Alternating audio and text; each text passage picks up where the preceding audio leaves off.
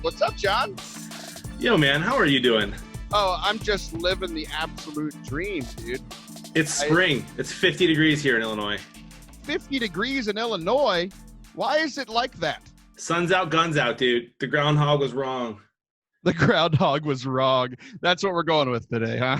That's right.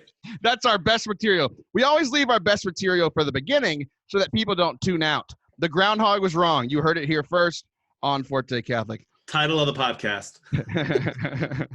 So, John, I talked to you about 15 minutes ago, and I used one word to describe myself this week. Would you like to share that word with our audience? You talked to me 15 minutes ago and said you shared one word with me. You know what? I'm going to guess. You shared many words, so let's just tell the truth.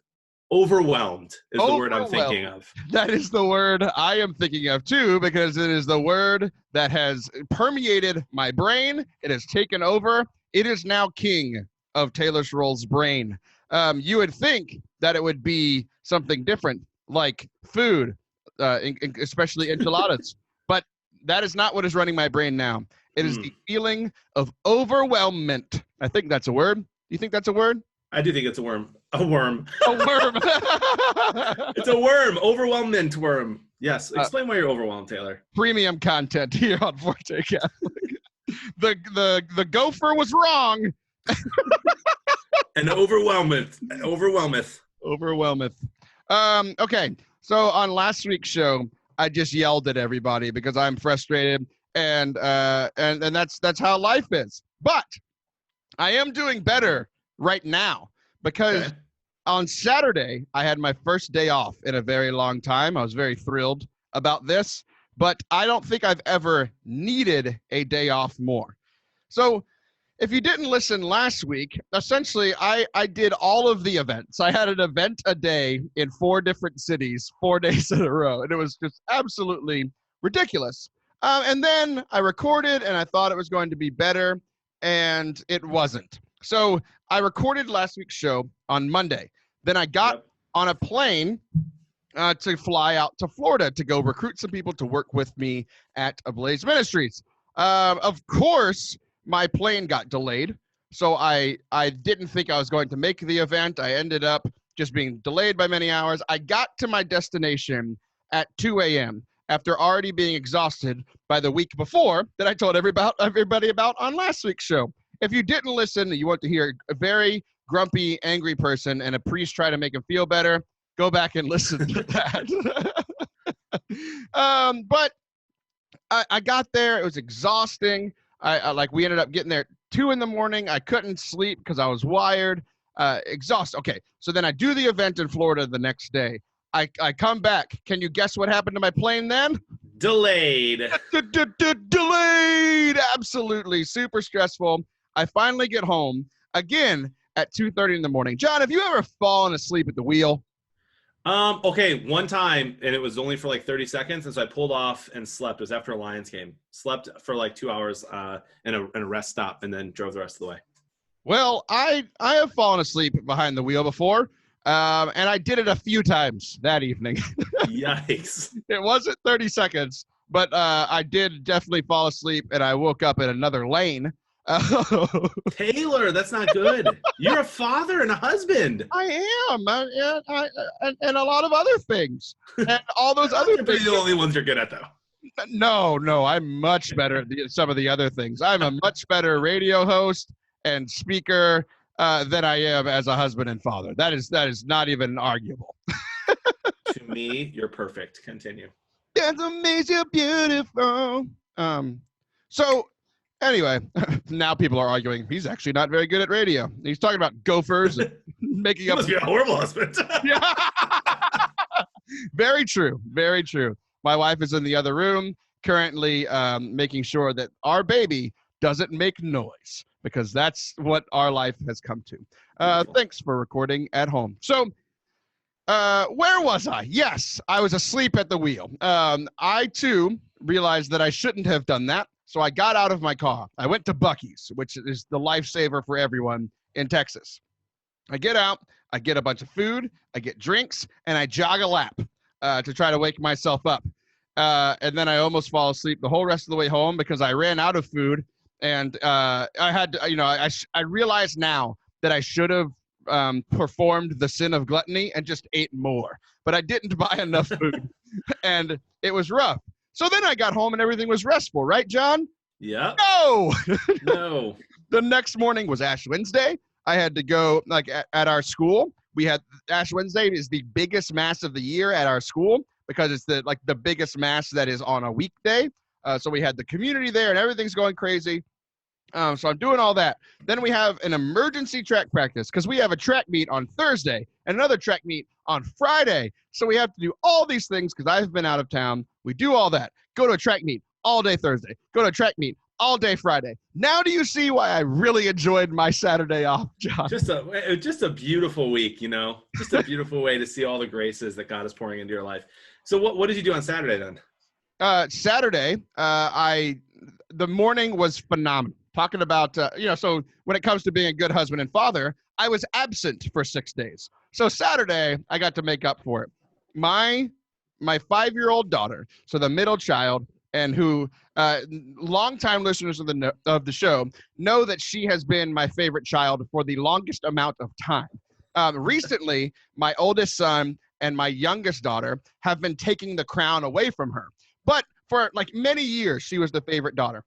She won that crown back on Saturday morning. I woke up. She came and cuddled in bed with me for 1 hour, 60 minutes, John. We just laid in bed and cuddled. It was phenomenal, and I loved every moment of it. And then I played Pokemon with my son for most of the day. Pokemon Go or Pokemon? So we played Pokemon Sword on the Switch. We played that for many hours. And then the whole family went and so essentially when I'm gone, my wife is for the most part stuck here. So my wife, after the cuddle session with my middle daughter, she took the middle daughter and went to a kid's birthday party and all this other stuff that I didn't want to go to because I just wanted to stay home. Yep. So it was just me, my son, and the baby. And the baby came and cuddled with me. I played Pokemon with my son. And then we as an entire family went and played Pokemon Go at the park later. And I took him out to dinner. It was a great day, John. It's the best day I've had in a very long time. That's incredible. You're incredible. So I want to talk. I know that you were an athlete growing up. What did you do? I forget. So I played basketball and soccer my entire life and quit basketball my freshman year of high school to play soccer indoor and outdoor all year round. Soccer was my sport. Soccer was your sport. Okay. Why'd you quit basketball? Okay. So funny story. I'll make it short. I was very good at basketball. I feel like that's the answer is that you were short, but do continue. No, it's tall. Here's the thing. I was really good at basketball. 8th grade, I lived in, the way the boundaries worked in Illinois, I lived in a city where I should have gone to Grays Lake Middle School, but because of the weird boundary, I went to the rival town middle school, but then Grays Lake High School. And so when I went to the high school, playing with the guys that I was playing against for the last 3 years, they were very much jerks to me. And the coach was like, just get over it, dude. You're good. You'll make the team. Don't worry. And I was like, nah, these guys are absolute jerks. I love soccer. The soccer guys I've been playing with forever because we're all in the same travel league. So I'm just going to play indoor soccer during basketball season. So that's why I quit. And my dad was very upset because I was pretty good and basketball was his sport. Oh, so you broke his heart because... Yeah, it's his fault because football is the love of my life and my parents wouldn't let me play that. Really? See, Yeah. My parents wouldn't let me play until 8th grade whenever my coach came and said, he's the biggest person I've ever seen. He'll be fine. He won't get hurt. And then I had a whole career of getting hurt. But that's beside the point. Okay, so I love soccer, but football is my love. well, good. This will connect well to what I was going to talk about. Okay, so Thursday, it will be like your basketball day, I think. So Thursday, we split the team. On Friday, we were only taking the people who have either gone to our state meet before that can compete on the state track meet level. Yeah. We took them to a public school meet. Now, John, we are a 2A private school. So there's two divisions. There's private school and there's public school. 2A means that you have less than 100 people in your high school. So Wow. there is 1 through 6A in private school, and then there's 1 through 6A in public school. I went to one of these, like, essentially 6A public schools. It was 5A back then because they didn't have 6, but like over 2,000, 2,500 people in the high school, right? So I took my team of 2A state qualifiers to go compete against literally some of the best athletes in the state of Texas. On Friday, I saw the longest triple jump I've ever seen in my entire life, and that includes my teammates on my college team. It was insanely impressive. He beat my kid that's going to win district by 10 feet. Wow, that's nuts. It was wild. Okay, so Thursday, it was cool because I didn't take like my superstars that were going on Friday. More people got to participate in more things on Thursday that they wouldn't normally be able to participate in. So it was a fun day. Like kids getting to do new things, to do more things, to participate more, to have a lot of fun, which they did, and we had a lot of great moments on that day. But the thing that I want to talk about is Friday, because I knew my kids would be a little frustrated with me that I took them to this huge public school, because my team is used to winning, because we have been back-to-back district championships for the last district champions for the last 3 years. We've gotten medals at state. Like, we are a good team. But then we go against the best schools in the state. We went from getting medals to fighting to not get last. That was our day on Friday. Yikes. A good lesson to be learned. Yeah, good lesson to be learned. Okay, so you were around sports. None of my kids, when we got there and when we signed up for this thing, none of them had any idea why I signed them up for this track meet. You are a grown man who also works with young people here and there, and want them to get better and to grow. For you, it's in their faith. For me, it's I just want them to run faster and jump farther. But why do you think I would take them to a meet where they were going to go from being the best to not? 2 things. 1, a lesson in humility. Humility is always a good thing to have in your life. And then 2, to inspire them to continue to strive for more and to not settle for being the best where they are. That's my guess. Exactly. So I also had 2 reasons. It's just like the 10 Commandments. You know how like the Protestant and Catholic 10 Commandments are different, but they all say the same things. They're just numbered differently. Yeah. I did, I think, what the Protestants, no, you did what the Protestants do. You split them out into 2 things. I made that one reason. Your 2 reasons were one reason for me. Right? Gotcha. So we had, I wanted them to be humbled a little bit and to realize they're going to have to fight to compete. Like, and the second thing was competing against people that are better than you makes you better. Being around people that are better than you, you either have to rise to the challenge or you have to quit. And that's a decision that you have to make. So here we are. We find ourselves halfway through the season, and they were more upset with me than I thought they were going to be. Oh, wow. We had a rough morning when it came to the field of, so how track meets work, if you're not aware. I know you are, but if you're listening and you're not sure, all the field events happen. So the jumping, the throwing, and all of those things happen first, and then we do the track events, the running events. So everyone underperformed in the field events. I think they were intimidated, and we haven't had enough practice to really hone in their skill. Sure. So it was kind of that eye-opening, like, wow, we have a lot of work to do. And to their credit, they rose to the challenge, and they were like all of them left saying, I've got to work on this. We've got to get some work in. And that's what we're doing over the next 2 weeks. We're not going to a meet. This was purposeful. They are inspired to work harder. Cool. Then we get to the running events, right? And we got most of our kids got last or second to last. Some of them got in the middle of the pack, and we had one kid that got a medal. Cool. Good for him. Like, it's pretty sweet. Almost all of them, John, PR'd. They had a personal record. Nice. Almost every single one of them, because they rose to the competition. They realized, I don't want to be embarrassed. I'm going to run faster than I ever have. They all ran faster than they ever had. We had a ton of like school records broken. We had a bunch of like huge PRs for them, and I'm super, super proud of them. And there was one kid at the end of the meet that texted his dad, and his dad took a screenshot of it and sent it to me. And it was a quote saying, I now understand why he took us to this meet. It took 14 hours of being out there, but he finally understood the method to the madness. All right. Love it. So here we are, John. Two former youth ministers hanging out with each other. There's a huge lesson in here.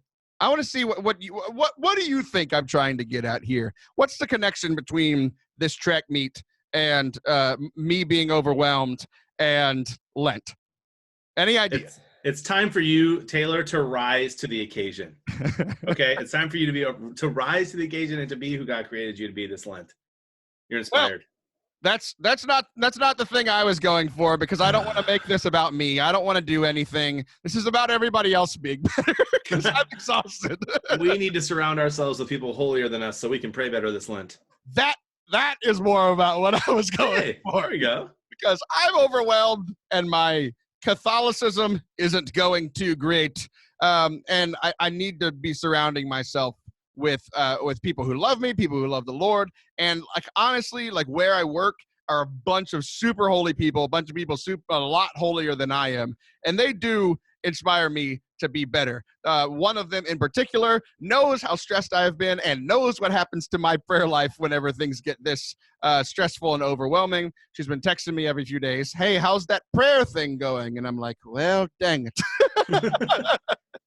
But yeah, it has been a humbling couple of weeks because I have not been doing as well as I desired, kind of like my field event people on Friday.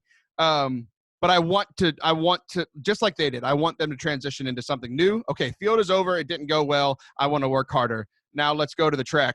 And I might not win this whole prayer life, spiritual life thing. I don't think anybody expects that of me. But if I can get anywhere from last to second to last or third to last and still have a personal record for prayer life during bad times, that's what I'm going for.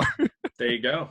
I believe in you. I actually was inspired by your favorite scripture verse to help you with this overwhelmingness. I'll sing it first. Uh-oh. Your word is a lamp under my feet and a light unto my path. Okay, but for real, that's a great line for people who are overwhelmed. Your word is a lamp for my feet, a light on my path. The song is horrible unless you know who wrote it, and then it's a great song. But Psalm 119. And I feel afraid. I think I've lost my way. Still, you're there right beside me. And nothing will I fear as long as you are near. Please be near me to the end. There you go. All right. Well, that's how we end segments around here.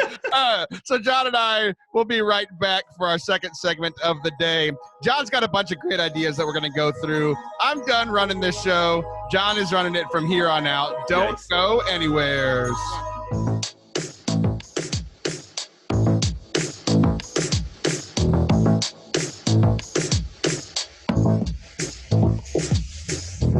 Welcome back to Forte Catholic. This is your host, Taylor Schroll. I'm still hanging out with the lovely Jonathan Bearded Blevins.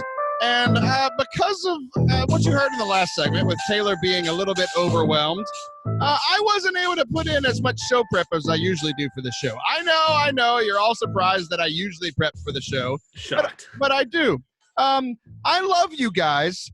Just not this week. Just not enough to put in a ton of work for this show. But never fear, because John Blevins still loves you. He loves you dearly. You are near and dear to his heart, especially you, Susan and Tommy.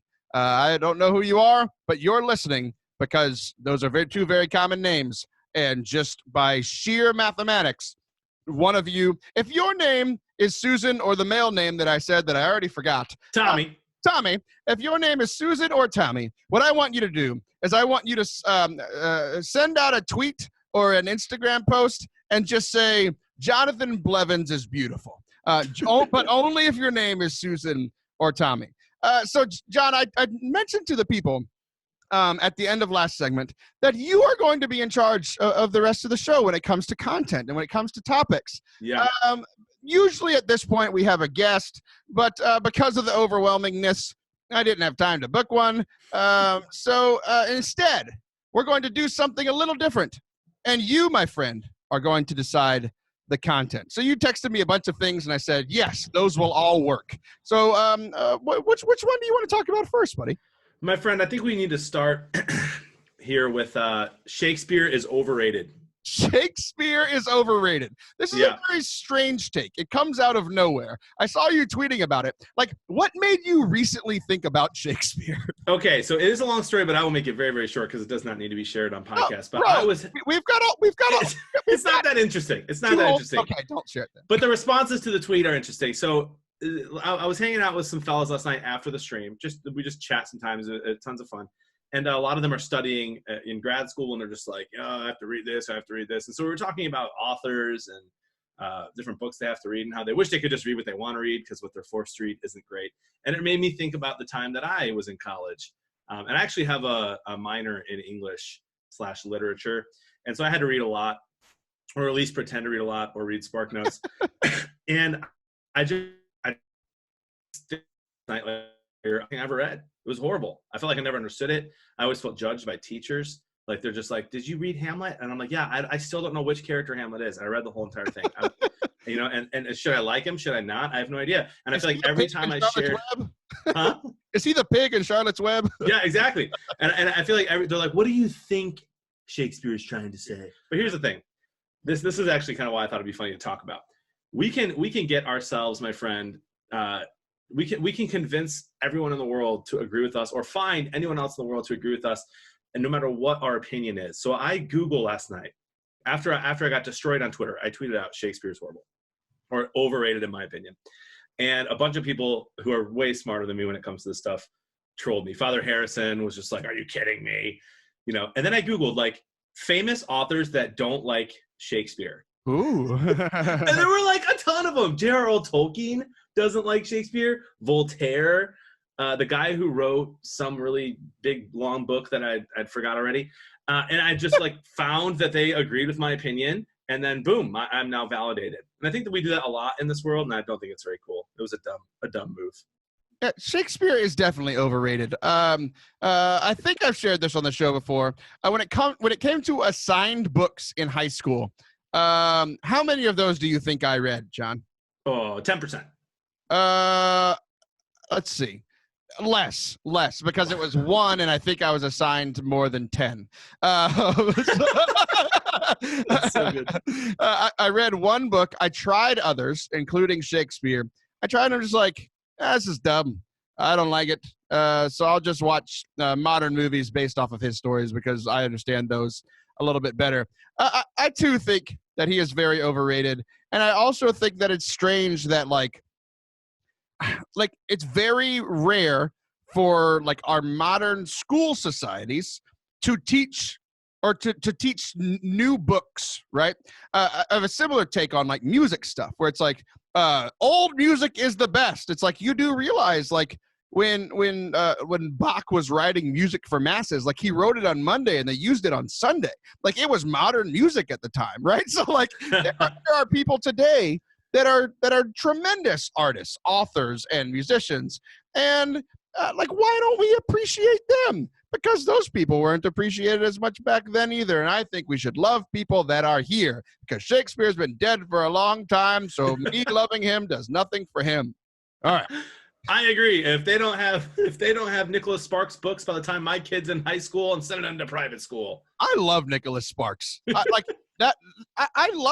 just got recently asked like, what are my 3 favorite chick flicks? And I think 2 of them were Nicholas Sparks movies. Notebook and A Walk to Remember? A Walk to Remember is good. The Notebook, here's the thing with the Notebook. I like the Notebook, but what was that one? Sweet Home Alabama came out at the same time, and Notebook got all the love, and I think Sweet Home Alabama is the best chick flick of all time. Wow, that's a bold statement. It is a bold. But don't worry, you'll never change my. Sometimes when I do lists, some people are like, "Oh, but you forgot about this thing that you love." I'm like, "Oh yeah, you're right. I did forget about that when I made the list." You're not going to change my mind. Sweet Home Alabama, best chick flick. Even A Walk to Remember though, where you've got this like dynamic of faith and it's Mandy Moore and then sacrificial love and he marries her anyway. Oh my gosh. Yeah. The people that listen to this show know that those themes don't connect with me very well.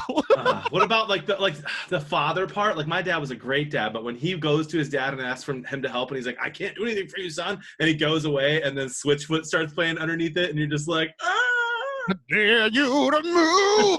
So good. It's so good. Okay, you ready for the next thing? Yeah, so we both agree. Shakespeare is super overrated. Overrated. And I'm open to be told wrong another day, but not today. Here's the deal. A big thing happened today. And I don't know if sometimes you yell at me when we reveal what day we're recording.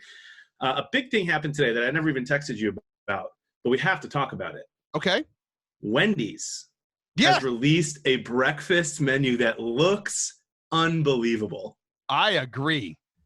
Have you actually looked and seen what they have? Yeah, so I liked one of their tweets a long time. You know how like companies, like if you like their tweet, they'll send you a tweet when it comes out? They sent me a tweet this morning, and I was like, if I wasn't so overwhelmed, I'd go get it right now. I had a ton of things to do this morning, and then I had to come record with you. So I just ate leftover pizza in front of you because that's what friends do. We're friends. But okay, can I just read a couple of these? Go for it. I mean, speaking of overwhelmed, by the way, I am overwhelmed by this menu. Okay. It is insane. And here's the thing. It's of course being weird and not pulling up. So I'm going to get it wrong. Okay. There is a maple bacon chicken croissant with fried chicken. Oh, that sounds so good. I know. And it's a croissant. Okay. There's more. There is a breakfast baconator. It has sausage, cheese, bacon. It has another layer of cheese, another layer of bacon, egg, and Swiss cheese sauce. This, like people who listened to last week's show, I was so overwhelmed that I didn't see the light at the end of the tunnel. I now see the light at the end of the tunnel. Like this is like breakfast coming to Wendy's is God saying, Taylor, I'm still here. I still love you, and I still want good things for you. This is what you need. And there's a lot more. I'm only going to talk about 2 more items, okay? The honey butter chicken biscuit. Well, that's a thing that we're used to because Whataburger started that. Did they really? Yeah, here in the South, honey butter chicken biscuits at Whataburger are a thing. So now the rest of the world gets to enjoy what we here in the South have enjoyed for many years. Okay, Taylor, if you love me, you will try the one from Wendy's within the next week and tell me whether or not it's better than the Whataburger one. I'm trying it tomorrow, John. Perfect. If you get if you get the Baconator, which sounds unbelievable, and the honey butter chicken biscuit, my friend, you can't eat the rest of the day. That's 2,000 calories. No. That's a normal breakfast for me. Oh, perfect. You're doing great then. All right, and then the last thing I got to mention is they have this iced coffee, this cold brew coffee, which is even better, right? Because it's stronger. And they have it with vanilla or chocolate frosty inside. Oh, my goodness. I know. Like, I don't think I'm going to eat breakfast anywhere else. Yeah, okay. I'm like, I didn't specifically give things up for Lent, but that sounds like something that I can't do until after Lent. I'm fine eating 2 sandwiches that are 2,000 calories, but I have to draw the line somewhere. I can't have a Frosty with coffee for breakfast, John. Oh, man. Listen, I'm doing really decent at losing weight right now. I am 100% at one of the days this week, and I don't know which one. I'm going to get 2,500 calories of Wendy's breakfast and maybe make a vlog about it. Well, I look forward to this. Check him out, Bearded Blevins on YouTube. Okay, what are we doing next, Taylor? Let's do this one. I have talked about this one before, but I actually want to hear your opinion because let's talk about the Catholics needing to be more open about the joys and struggles of marriage. It's something that's driven me crazy for a long time. I want to hear your thoughts on it. Okay, great. So I was actually with you in a podcast. Yeah, it was you. And we had Paul George on. Remember that? I do. And he's doing great ministry. Him and his wife are doing great ministry with marriage kind of stuff. And we talked about it then, and that was one of my favorite podcasts you and I have ever done because he's just a cool dude, and both of us were a little vulnerable about it. But it comes up all the time in my life where I'm just like, man, we like one person. We'll be hanging out with a couple friends, and like some of them are we're super close with, and some we're not. And the ones we're maybe not super close with, we'll just reference like something about marriage kind of being difficult, like an argument they had or something. And I'm like hearing it, and I'm like, oh man, that's like Jody and I talk about that all the time, or argue about that all the time. And if I don't know them super well, I might not be as open. But when I get with my close couple friends, so we had a great day yesterday. They have 3 kids. They're the godparents of our little Kiara, who's getting baptized this Saturday. And the kids, it's so fun. And we have brunch. All the kids just go play for like 4 or 5 hours, and we just get to hang out and talk. And we're talking, and I'm pretty sure I just said, I think, and she's a stay-at-home mom as well. I was like, I think that women have it a lot better now than they did 50 years ago in Catholic marriages. I was trying to troll. I was like, I do a lot more than my dad did. I'm cleaning the house. I'm working full time. I take care of the kids. I get home. Like, it's not like get me a beer and have dinner ready. Like, this is for the first time today. I'm a better traditional Catholic than you. I'm more on the traditional side. You get home and you're like, where's dinner? Yeah, exactly. Yeah. Dude, I get home, I'm literally like, all right, I'll change this diaper. I'm going to do that. And I do the deep cleaning. She does the laundry. We have a great system worked out. And it's taken us 5 years to get to this point where we fight way less. My point, though, is that we had this beautiful 1.5, 2-hour conversation with our friends yesterday about anxiety that all 4 of us might feel at times, about why we feel this pressure to be perfect parents. Like, I don't remember my parents ever feeling like they had to be perfect. Right? If the kids were alive, we were doing social media. Yeah, exactly. Yeah, and social media too. And we let our kids watch like 30 minutes of TV a day or 30 minutes of screen time a day. And I'm like, let's let them watch more. Like, and Jody's like, no, quality time, like 8 hours a day of just hanging out with them. And I'm like, do people do this? And so then we're having this conversation with this couple, and we're realizing they have the same conversations all the time. And we just need to be more open about it. Instead, we're afraid. We live in a culture where divorce happens all the time. Yeah, no, I totally agree. Yeah, because like you and I have talked before that like marriage prep sets people up for failure. Because like it's all great and it's all wonderful. But I think we do need to talk more about the struggles of it. And these are the things that are hard. But it always has to be. We can't just talk about that because then we're just griping, and then that can lead to divorce and bad things in marriages too. If we're only talking with people I like what you said. Like it's like with close people. Like there's a couple of people that I'll talk to about like, golly, this has been a rough week, or man, this has been awesome, So like having a close group of people that you can confide in, that you guys can talk about, because like you said, everybody's going through it, but not many people are super open and honest about it. Yeah. And like you said, social media, we're always just sharing the good stuff, the perfect stuff. Obviously we shouldn't be sharing like our fights on Instagram, but to just be honest every once in a while, I think would help as well. Yeah, for sure. Okay, John, we're gonna in a few minutes we're gonna end the segment. We're gonna come back. We're gonna talk about some more of your takes. But here in the midst of all this craziness and all the frustrations in my life, there are some cool new things happening, Jonathan. And you, I knew, my wife knew, the person that designed it knew, and you are the 4th person to have put your eyes on what I'm about to show you. So if anybody is watching on the YouTubes, you will see this. For the rest of you, I will describe it. So I am currently wearing the newest Forte Catholic hat. So it's a trucker style hat. It's got it came out super sweet, man. Yeah, that looks awesome. Knitted this in. It's phenomenal looking. So it's got the brand new Forte Catholic logo on it. And also, we've got these gray t-shirts that I'm currently showing our YouTube audience right now. It is a different version of the logo for Forte Catholic on a gray shirt. We've got all sizes. If I can fit in a shirt, you can fit in a shirt. So I will be sending these out to co-hosts. I will be sending these out to those who support us over on Patreon at certain levels. So essentially, it's like the shirt's around $20, $25, right? So if you have given me that amount of money, I am sending you a shirt. And then I'll send hats out as we go along. For the rest of you guys, you could purchase these. John, what do you think these are cool? I think they're super awesome, but honestly, dude, I'm pretty picky. I have a lot of hats. I love hats. That's a dope hat. The shirt's very cool too, but that's a dope hat. So all of this is available, fortecatholic.com/store. The idea of this is if you're supporting on Patreon, great. You're supporting the show. Thank you guys so much. I will send you some things to say thank you to you as well. If you are not yet, there are 2 ways that you can get these. You can go to patreon.com/fortecatholic, become a monthly supporter of the show to keep all of this good thing going, or at least I think it's pretty good. And John keeps coming on, so that's got to say something. And continue to help support the show. We, as a lot of you guys know, we put a ton of money into the studio. We put a ton of money into the shirts and the hats. So, one of my friends, John, this is actually pretty funny. His name is Matt, and he just became a Patreon supporter. Yeah. Because of there's been a commercial over the last month or two that I've been putting in on the podcast of my son, where I ask him what his favorite food is, and he says yogurt, which is strange because it's not his favorite food. It's just the first food he thought of, right? Yeah. But a very generous donor named Matt just became a Patreon supporter and literally put like in the memo line for Christopher's Yogurt Fund. Yes. People are great. Yeah. So if you want to support the show, if you've enjoyed the show at all, you can support the show financially by purchasing these things, but you can also represent the show wherever you go. I'm currently rhyming.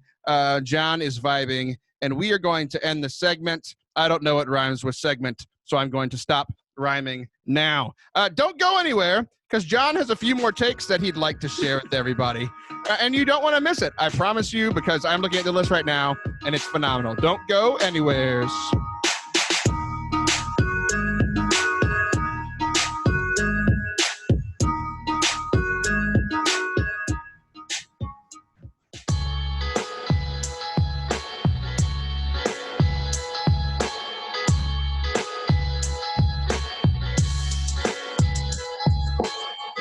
To Forte Catholic. This is strange. So what happened at the end of the last segment, John, is that I used the intro music for the third segment as the outro music for the second.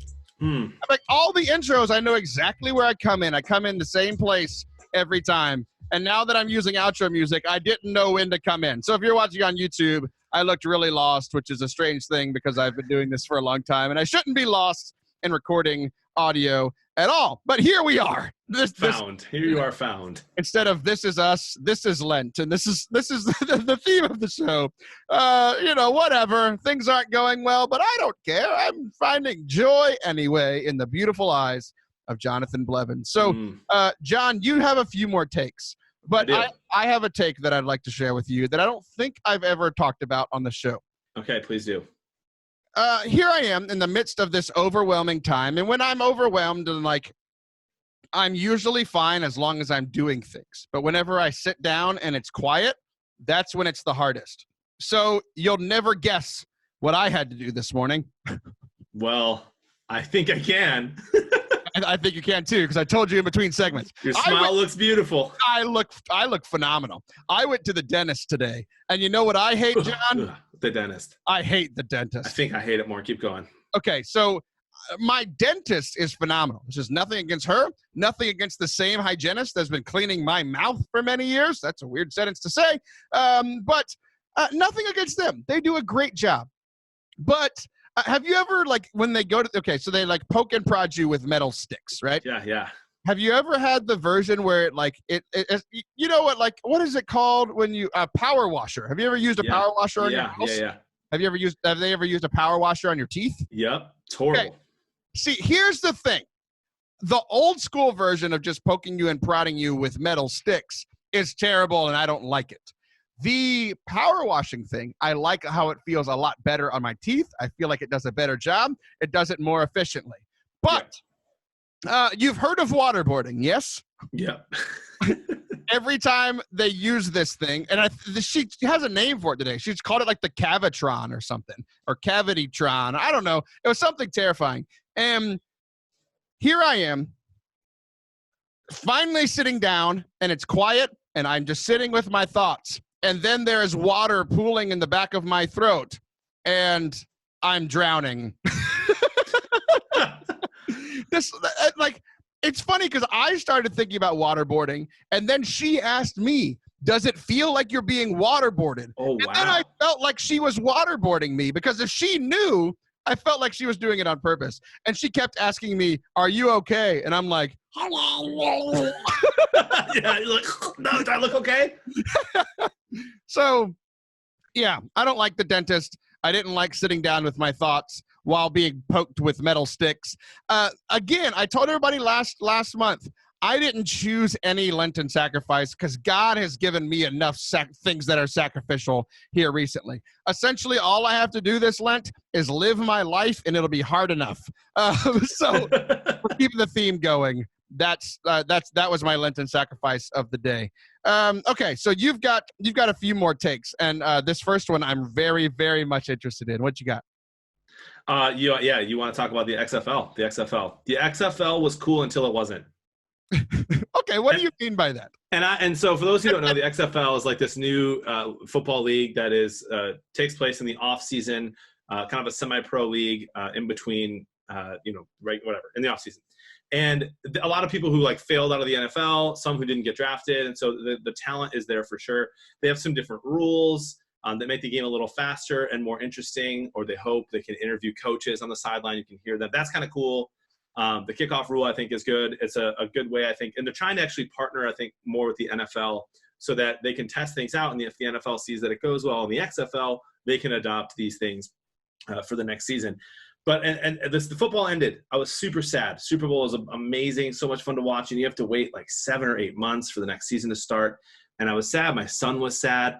And I was like, hey, the XFL starts next week. That's exciting. I watched a few games. I watched a few games the following week. I was like, this is fun. Football. I need more football. And then I realized I'm over football. I need this break. I need the off season to be excited about the trades, the acquisitions, the free agency, get excited about the draft. And then when there's this newness about September and the preseason being over and the countdown to week 1 and everyone's on a clean slate. And I think the XFL is ruining that a little bit, and I'm over it. Nobody but a Lions fan looks forward to a clean slate more. That's so true, dude. We have eternal optimism until week 4. Okay, so it's interesting because I wouldn't have thought to talk about this, but whenever you were like, hey, let's talk about the XFL, I was like, oh boy, I feel very similar, where I love the NFL. I love gambling on the NFL. I love watching the NFL. I love the competition of the NFL. I love the tradition of the NFL. And then it's just over. And I'm really sad. And it takes me a little while to kind of get over it, to transition into something new, like hanging out with my family or something, something new for a new season in life. So the XFL, that first week, I watched most of 2 of the games. My dad was here. He was in town. We watched it. It was very enjoyable. There's a few players that I've heard of. I was like, okay, like this is cool. I watched it, enjoyed it. There was some newness to it. Like you said, new rules and like, here's for those of you who have watched the XFL, you've seen the new kickoff where essentially instead of everybody running, they kick it off just like in the NFL, but everybody is already standing at like the 15 or 20 yard line. Like they're not going to run. They're just kind of standing there. It's supposed to prevent injuries and these sorts of things, right? John, my experience watching it was, have you ever like watched a sporting event on a stream, like not on cable? Yeah, for sure. Okay. Sometimes like every now and then, even if you have good internet, like my internet in that room is Ethernet. Like it's really good internet. Every now and then it would freeze and kind of freeze, right? Every time the kickoff happened for the XFL, I thought my cable froze, which doesn't happen because they would kick it off and no one would move for like 5 seconds. Yeah, and I was like, why is my TV frozen? But there are these new rules. It was fun. There was a bunch of big hits. There was a bunch of big plays, a bunch of trick plays. There's a lot of newness to it. And I haven't thought about the XFL until you just texted me about it today. After you watched a couple games. Right. I watched a couple games and literally haven't thought about it again. And I was like, that's really interesting. Because the first day, I was super into it. I really was. I was like, this is fun. This is new. And I was like, okay. There's some commonalities when you were like, hey, I want to talk about this. I was like, oh, yeah, we can talk about this. Okay. So the NFL is the old school, the old tradition, the thing that most people are into, right? And then the XFL comes in. It's still the same basic thing with some newness added and some tweaks. And it's like, hey, we'll try some things out. It might not work. But if it does work, maybe the old school traditional one will take it. And I'm like, John, the reason we're talking about this today is because you and I have both worked in youth ministry before. I think youth ministry is the XFL. I thought you were going to say Protestantism is the XFL. And I was I'm here for this. I'm here for this. Okay, youth ministry. I chose my words very carefully because I could see that people were going to could possibly go that way. Okay, but youth ministry, it's still within the same tradition. There are ties to the tradition. It's still football. There's still like even some of the same people that are in the main church, I mean NFL, also are involved in youth ministry. They're trying new things, like I haven't seen anybody in the main church like play catch with a dead squid yet, but that has happened in youth ministry, right? Yeah. There are new ideas, a lot of like, so I think there's some negative things, right, within youth ministry, and like I think within any new style of ministry in the church. So we talk about the new evangelization. Now that's a whole nother topic, but the part of the new evangelization that I want to talk about today, new methods, new ardor, right? So there are new methods and ways of communicating the faith, like podcasts and these sorts, and Twitch streams and these sorts of things, right? They're not going to be perfect. They're not going to be easily adapted by the old school. But the hope for the NFL is it'll give people in the XFL a chance to get to the NFL, to get into the big tradition thing. But also, if things work there, they will be put in to the old school stuff, right? So, like when it comes, like what youth ministry and the XFL are doing well, it's a lot easier for the XFL to try new ideas, to come up with new ideas, to innovate, and these sorts of things, right? Yep. Similar thing within youth ministry. It's a lot of younger people who are trying to innovate. Youth change it seems like every 4 years there's something completely different. Like, the last year's seniors and this year's freshmen have nothing to do with each other than the fact that they're super young, right? Yeah. But youth ministry is like constantly trying to, like, how can we take this traditional message? How can we take this and make it something new, which is what the XFL is trying to do, right? And hopefully the things that work in youth ministry will eventually be taken in by the rest of the church as we move, as we continue to move into this second millennia of Catholicism. What do you think about that take on the XFL, Johnny? I like it. I think if we wanted to, we could poke holes in it, but I like it. Don't poke holes. Everything's perfect. Everything I say is perfect. It is.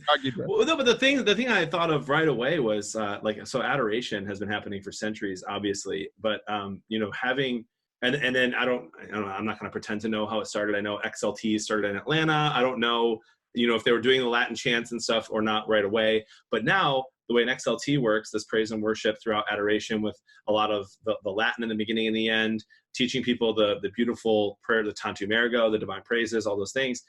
That's now incorporated in a lot of really traditional churches because it's a way to reach young people while still holding true to the faith and leading them closer to tradition, which is beautiful. So that's the first thing I thought of. Like, I think youth ministry really, really launched that. And now, like, our parish, for instance, does every week we have something similar to an XLT, and there's not a ton of teens yet. There will be once they start getting used to it in this parish, but there's a lot of people my age, a little people older, who are enjoying this praise and worship throughout, the chance to go to confession during and learning these Latin prayers. That's the first thing I thought of. Pretty cool. You're pretty cool. Okay, so cool. we want to do it at least one more. You have a bone to pick with Lent. I picked all of my bones last week. So what bones do you have to pick with the whole how we're doing Lent? Well, so I just think I've been wondering. This year I did not do social media, like giving up social media. I do feel like God is calling me to use social media to lead people closer to Him, and to be a positive light in what can often be a negative place. And so I didn't give up social media this year. I did, however, I'm leaving my phone in my room when I'm home with the kids. And that's been great and super freeing because I'm just intentional about being on my phone, which has been very helpful.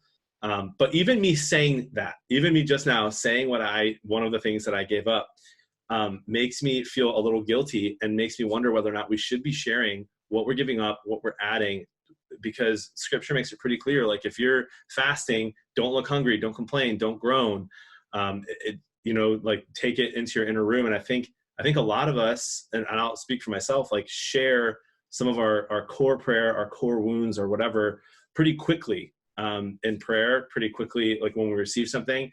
And I think Joel Stepanek actually is the one who told me this one time. He's like, sometimes God has things that are just for you.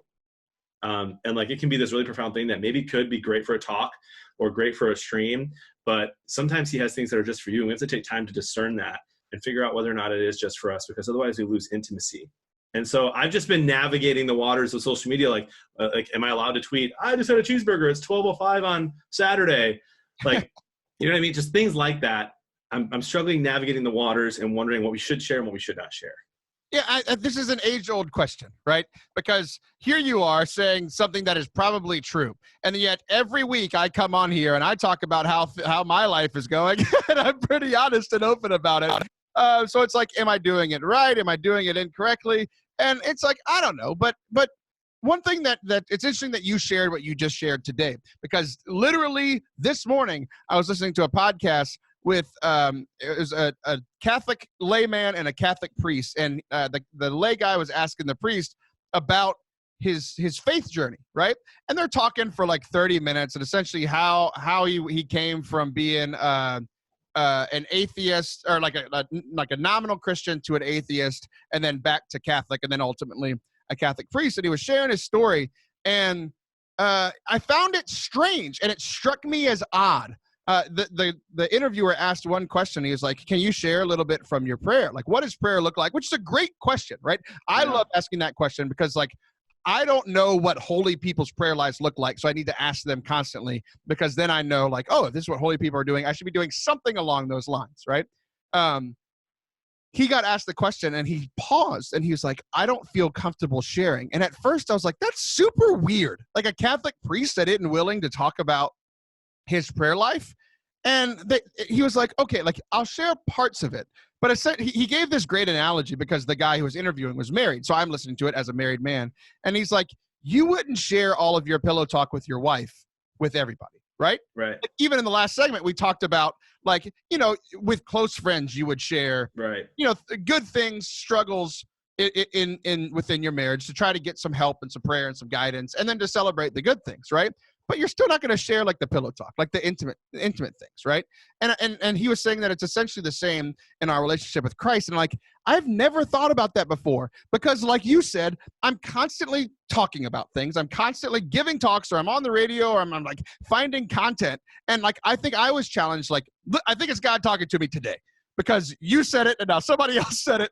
And it's like, what from my relationship with Christ is intimate and mine, right? Yeah. And not just for the community or part of the community. I think it's a good thing to struggle with and wrestle with. Yeah. But here's the thing. I hope don't get discouraged though, because I think that one of the reasons that I was going to share this last segment when you were promoting all your stuff.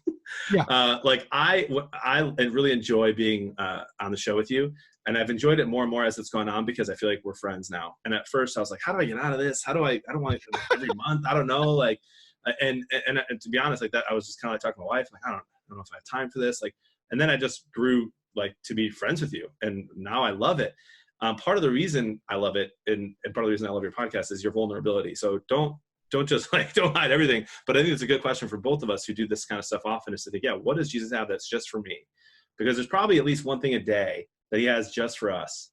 And my first reaction every time I get anything, which is not often, I'm just like, I got to share this because this is cool. And I think sometimes I just need to spend more, like a day or two, praying about it and being like, is that for me? Is this going to help other people? Am I called to share it? Yeah. God finally talked to me. I want to tell people about it. I can't believe it. It's been years. Yeah. But yeah, it's like when it comes to Lenten sacrifice, I think ultimately when it comes to like Lenten sacrifices, it's about intention, right? If your intention to share it is to like brag about it, or to be like, oh, woe is me. Okay, fine. If there's a point to it and it's worth sharing, okay, maybe do it. I don't know if that's a perfect line, but it's where I'm at right now. Yeah, that makes sense. That makes sense. You make sense. Okay, well, just because you brought it up again, I'm going to do one final plug for the shirts and the hats, just because I'm excited about them. Do it. ForteCatholic.com/store. Get you a hat, get you a shirt. I don't care. Buy them all. And that would be very good for me. I will keep buying them. There will be new designs coming in. Essentially, this batch is paying for the next batch. So if you like this style, cool. Go ahead and get you one. There will be more styles coming soon. We've already got them designed. It's just a matter of money. So thank you guys so much for listening. John, thanks for being my friend. You're so beautiful. Dude, I love you, brother. Love you too, man. Guys, enjoy the rest of your Lent. I hope it goes better for you than it's been going for me. I'll be back next week, hopefully a little happier. ForteCatholic.com. See ya! Later.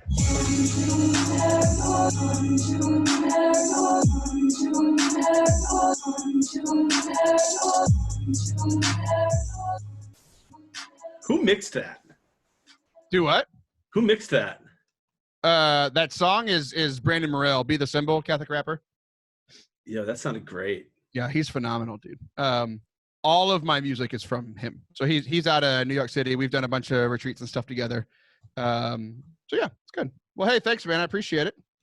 Dude, A whole John Blevins show. Look at that. that was fun, and that was off the cuff. I know. That's how things have been here recently. It's not just my shows with you, bud. It's been everybody like, all right, well, this is what we're gonna do. All good, man. All good. All right, peace, bro. Yeah, we'll talk soon.